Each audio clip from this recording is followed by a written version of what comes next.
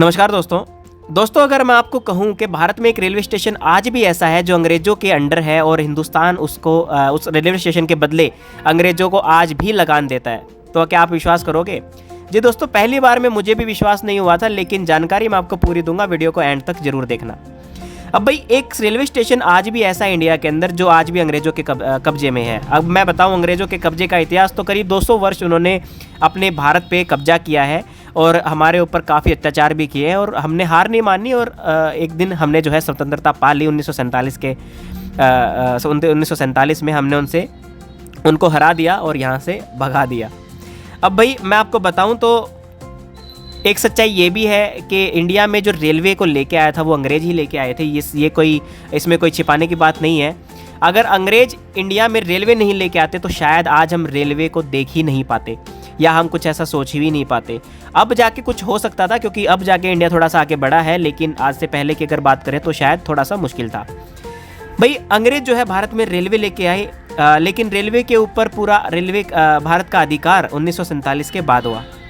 1947 में देश को स्वतंत्रता मिलने के बाद भारतीय रेलवे भारत सरकार द्वारा नियंत्रित एक सार्वजनिक रेलवे सेवा बन गई।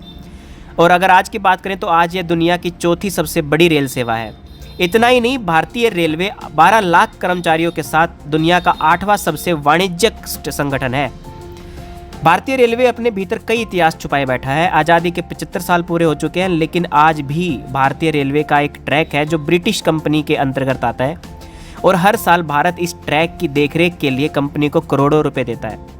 ये रेलवे ट्रैक आज भी अंग्रेज़ों के कब्जे में है। इस ट्रैक को शकुंतला रेलवे ट्रैक के नाम से जाना जाता है। महाराष्ट्र के अमरावती से मुर्तजापुर तक इस ट्रैक की लंबाई करीब 190 किलोमीटर है।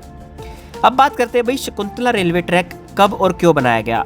अब भाई बात करते हैं काफ़ी पुरानी, तो जिस समय पे ये रेलवे ट्रैक बनाया गया था तो उस टाइम पे कपास जो है अमरावती और महाराष्ट्र में उगाई जाती थी और यहाँ से मुंबई बंदरगाह तक कपास की ढुलाई करने के लिए इस ट्रैक का इस्तेमाल किया जाता था। इस रेलवे ट्रैक को बनाने के लिए ब्रिटिश की क्लीन निक्सन एंड कंपनी ने central proving railway company CPRC की स्थापना की।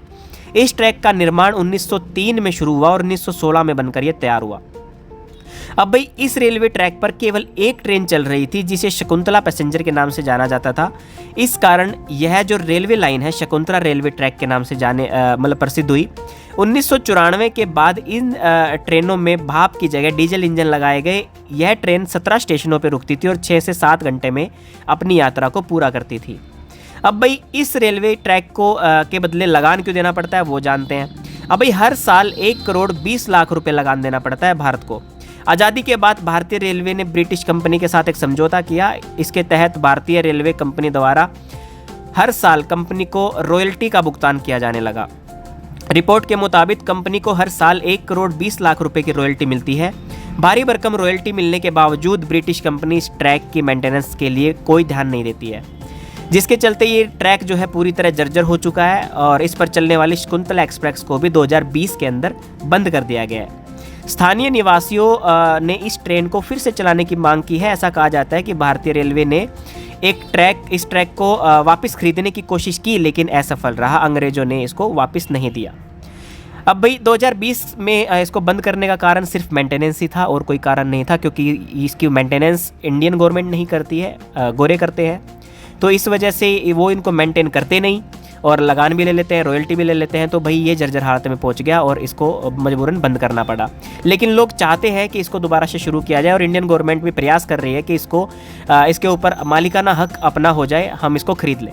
लेकिन अभी तक तो असफल रहे हैं। आगे देखते हैं क्या होगा क्या नहीं। ये जानकारी आपको कैसी लगी दोस्तों, आप मेरे को कमेंट सेक्शन में जाके जरूर बताना। अगर आपको इसके बारे में पहले से पता था तो भी आप मेरे को कमेंट सेक्शन में जाके बता सकते हो। जानकारी अच्छी लगे तो वीडियो को शेयर जरूर करना और लाइक जरूर करना। हमारे चैनल पे नए हो तो चैनल को सब्सक्राइब करना, बेल आइकन का बटन जरूर दबाना। मैं आपसे मिलता हूँ एक और जानकारी भरी वीडियो के साथ अगले वीडियो में। तब तक के लिए जय हिंद।